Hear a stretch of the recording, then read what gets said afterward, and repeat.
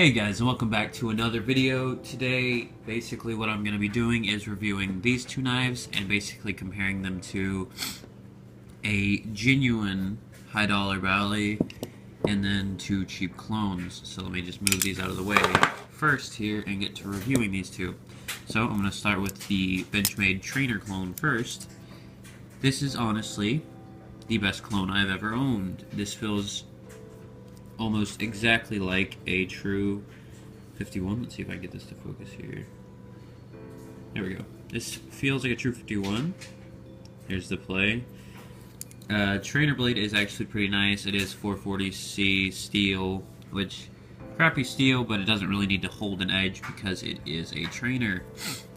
Now, this has Zen pin construction, so the handles will never touch.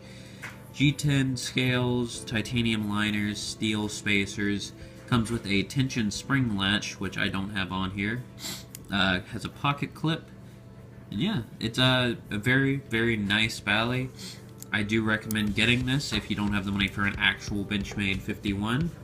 I know the retail version, or the retail price for them is extremely high at $237 when you can get one aftermarket for about $150.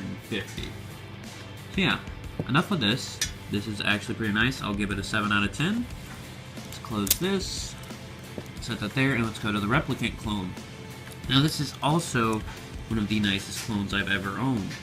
This is worth $90. Let's see if we can get this to focus again. Please focus for me.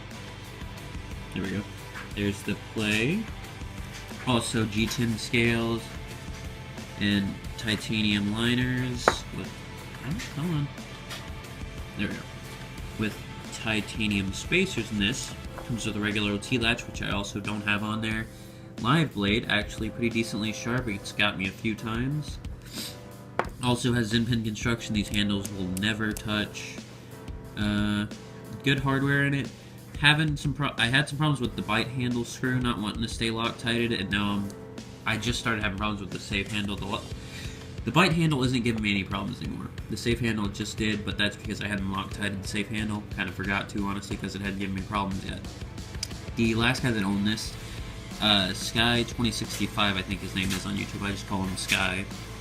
He's also I'm Not a Real Boy on Instagram if you want to go follow him. He's a great guy to trade with, and he's a beginner flipper. He's getting there. I will give him that. He's doing pretty damn good. And he actually did a very, very great job anodizing these liners. He actually anodized these as well. The bite handle is darker blue than the safe handle is. I think that's what we did. I can't even remember. Yeah, so it's decent hardware. The female ends of everything is a lot bigger than the actual hardware on a Replicant. I'm curious to actually get Replicant hardware and put it in here, but I'll probably end up selling this thing before I do that. Yeah. So that's the review. If I had to do anything, I'd give this an 8 out of 10. It is better than that when it comes to flipping. It's heavier, and it has a bushing system instead of just straight up bronze washers. Alright, so let's bring the tack in here. So, this is a $280 Balisong. Aluminum channel handles, dual tank pin construction, M390 steel blade. Has a bearing system in it, ceramic ball bearing system, has a pocket clip, has proprietary screws, which you have to get a tool from the company, which I still haven't figured out how to do yet. The custom version of this has a sharpened swedge. You can sharpen this, but it comes not sharpened. And when it comes, it is relatively sharp. I've just dulled this from use. Yeah. This is a $280 Bali. $90, $60. Which one would I choose? This one every time.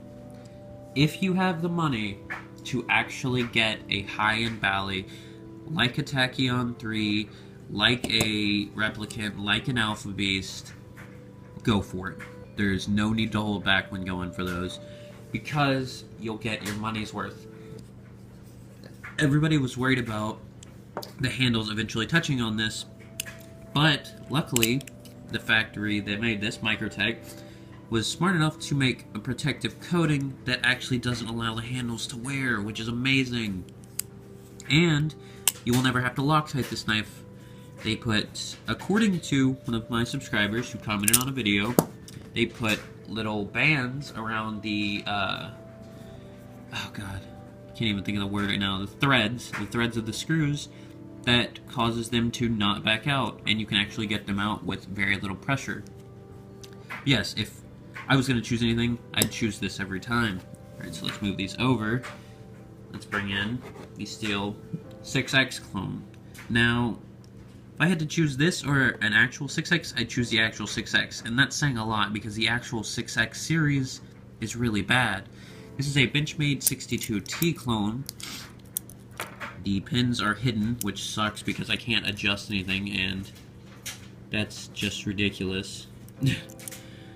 Come on the spring latch. Actual 60 series knives do not. Yeah, this is a trainer clone, and compared to any of these, compared to this trainer clone, this is worth about 4.5 cents. It's ridiculous. I paid $15 for this, which I know you're never going to get anything great for $15, but still, I would have expected a bit more quality. It hasn't fallen apart yet, but still, I wouldn't have paid $15 for this thing if I had known how shitty it actually was. And I honestly don't have anything more to say about that, so I'm just going to move on to the next knife. Slash that. And then we have the 42 clone that I have had forever, which somehow these handles are not touching. I don't know how they're not touching. They touch when they're closed, but that's because I decided I wanted to do some work on the blade, which ended up really shitty.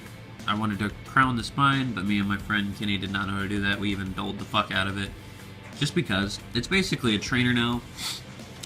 If I had to choose between this and this, I would choose this, because this was a $15 clone, but play is nowhere near as bad. It handles our channel. This is actually lighter than this is. I can actually adjust the tension on the screws, and I don't have to worry about it ever coming apart to a point where I can't fix it. This I do because it has pressed pins that are hidden, so it doesn't help me at all. For anything, I can't even adjust the screws down here that hold it together. I don't even think there are any. I think it's just the spacer holding them together.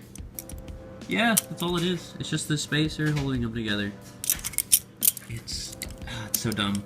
This originally came with a spring latch, which 42s actually do come with spring latches unless you get a T-latch version. But it originally had a spring latch. I took it off. Didn't really use it anyways. Yeah, if I had to choose between this and this, I'd choose this every time. If I had to choose between this and these two, I'd choose these two. Between these two, I'd choose this one. And if I had to choose something over all of them, I'd choose this one. Because the TAC 3 is honestly the nicest Bally I own. It's definitely the smoothest. It flips really well. It is kind of blade heavy, but I can fix that if I want to. Just put a hollow grind on it. And yeah, I mean, I reviewed these. 8 out of 10, 7 out of 10, 0, 4, 10, or 9. I gave it a 9 in my regular review, so 9. But yeah, that's been a little review and Balisong comparison. Let me just go over the names one more time. Benchmade 51 Bally Plus clone, Bally Plus replicant clone, Microtech Tachyon 3 production model, Benchmade 62T clone, and a Benchmade 42 clone. So, as always guys, I hope you enjoyed. If you did, give the video a like. If you didn't, give the video a dislike. And I will see you in the next one. Peace.